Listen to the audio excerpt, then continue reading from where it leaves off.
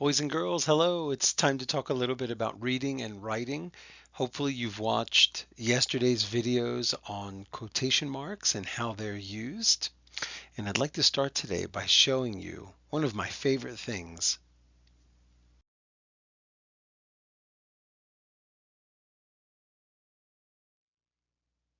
So, this is a painting called Nighthawks by Edward Hopper. It's one of my favorites. And what's great about art and artists is that they can tell a story without really using any words. I've looked at this painting for a long time. I have a copy of it at home, and I've even seen it in a museum, and I've thought a lot about the story. Well, it looks like it's late at night. The street is empty. I don't see any cars. There's no one on the sidewalk. I also know it's late at night because it looks like the other shops are closed. And there's a diner here. There's a man sitting by himself with a hat, probably drinking a cup of coffee. And there's another man with a woman, also maybe having coffee or tea, and a person at the bar. It's probably very quiet outside. It might even be quiet inside. It's a pretty simple coffee shop. I don't see any artwork on the walls. See how much we can get from this simple picture? And there are no words. Well, when you write, you also can make pictures. You can paint with your words. Let me show you what I mean.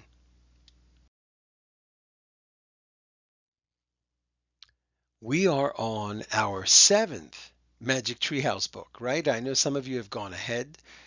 There are so many of them. This is from one that we haven't read. Follow along with me. The strange sound came from outside the open window. Jack opened his eyes in the dark. The sound came again. Jack sat up and turned on his light. He put on his glasses. Then he grabbed the flashlight from his table and shone it out the window. A white snowy owl was sitting on a tree branch. Isn't that interesting? There are no pictures on this slide. Just words, just white letters on a black screen. But I'm sure if you really followed along, you were able to imagine the scene. We know what Jack looks like. He's an 8-year-old boy with glasses. But don't you get the feeling that it's nighttime and that it's probably very quiet? The author, Mary Pope Osborne, was able to give us a picture in our minds without drawing anything. And you can do this too.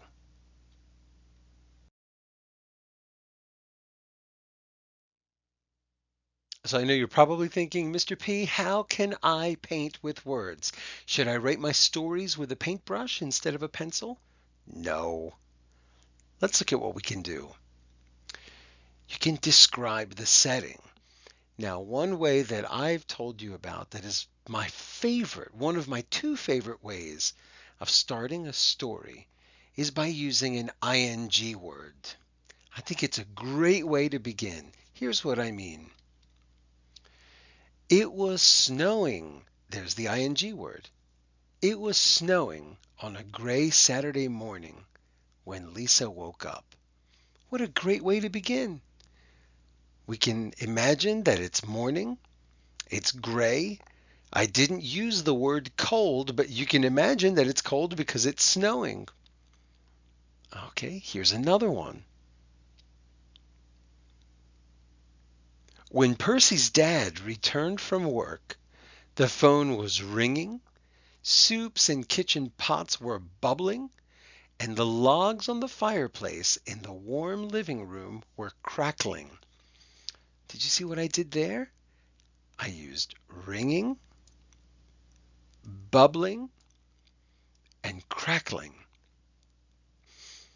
So I used 3 ing words, and look at some of the other ones. Soups and kitchen pots. And fireplace. And warm living room. So you already know what sounds are being made, and you can guess it's probably around, it might be dinner time. Maybe somebody's making dinner in the kitchen. So, and dad just came home from work. So we can imagine that it's maybe 5 o'clock, 6 o'clock in the afternoon. And it might be warm inside because the fireplace is lit. Let me give you one more. Gordon was riding his bike to school on a warm, golden spring morning. There's another ing word, riding. When I say ing word, I don't mean spring and morning, right? We're talking about an action that has an ing. Gordon was riding his bike to school on a warm, golden spring morning. Why would I use the word golden? Right, because it's sunny. It's springtime. It's warm. So this is how you can open your story. Great writers do this. And you can describe the setting with the right words, just like the artist chooses the right colors so that they can show you it's night, they can show you it's cold. Just like artists choose their colors carefully, you and I as writers choose our words carefully.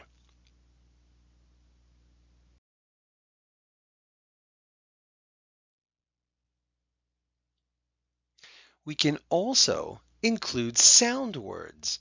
These are really useful.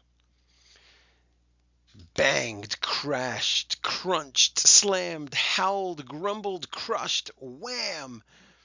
There are hundreds and hundreds of these words. And they are like special colors in your story.